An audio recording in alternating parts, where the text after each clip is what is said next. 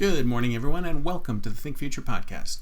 I'm your host, Chris Kalabukas, and once again, we're coming at you live from deep in the heart of Silicon Valley, California. Show number 242, that's right, folks, it's a palindromic show number, and I think that's the perfect opportunity for me to bring up one of my favorite shows in the world.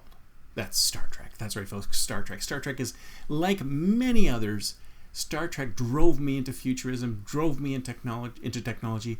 The optimistic vision of the future drove me into engineering and all these other things. And I wanted to look at that future and create that future.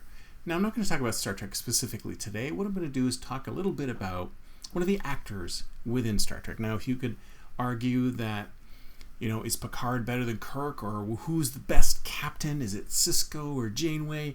Or Lorca or Pike? But the reality is I'm just talking about William Shatner.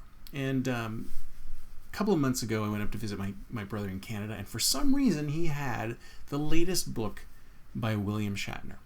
And it was a very quick book, short read. I mean, the guy's in his 80s or something like that. Very successful guy, but has done a lot of things in his career. A lot of things that are a little questionable. A lot of things that are really good. A lot of things that are totally dismal. For example, have you seen Star Trek V? My God, Spock does not have a half-brother.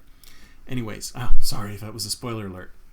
Anyway, so it was an interesting book by William Shatner, and he's basically, giving us advice on life because, he's lived a lot of life and he's done a lot of things. He's been very successful, and he's providing his advice on life. And one of the interesting things that sort of struck me as I was reading this book is he was talking about, as a young actor, how he got his break.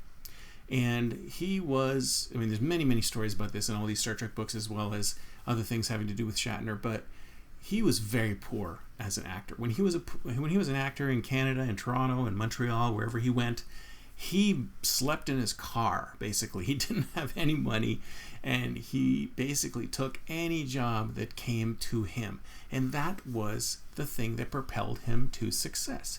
He said yes to everything.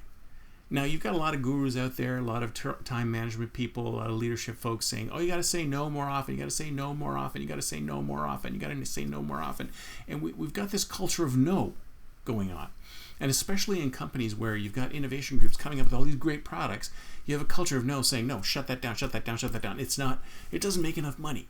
It doesn't contribute to the bottom line, right? Of course, innovation doesn't do that right now. It's driving to the future. It's driving to new customers, new products, new services. So yeah, maybe it won't make any money today, but it'll make money tomorrow. But I digress. So what Shatner did was that whenever the phone rang, he picked it up and he would say yes. And not just yes to, yes, I'm answering the phone. It would be yes to whatever job came in. So whether it was this job or that job or that job or this job, it doesn't matter what it was. He always said yes to everything that came in. He didn't say no. He didn't turn anything down. And he says sometimes, well, maybe that, stopped me from getting something because I was committed to something that I couldn't do the other thing. But the reality is that is a great attitude to have about life. Instead of being closed to new experiences, instead of saying no automatically whenever something comes to you, why not say yes? Why not think about saying yes every now and then? He said yes to everything, and some people out there say no to everything. But what I'm asking is for you to open up your mind a little bit and say yes to more things. Expose yourself to new things. Change your life. Do different things. It'll drive you to innovate whole new ways if you say yes to more things than you used to before.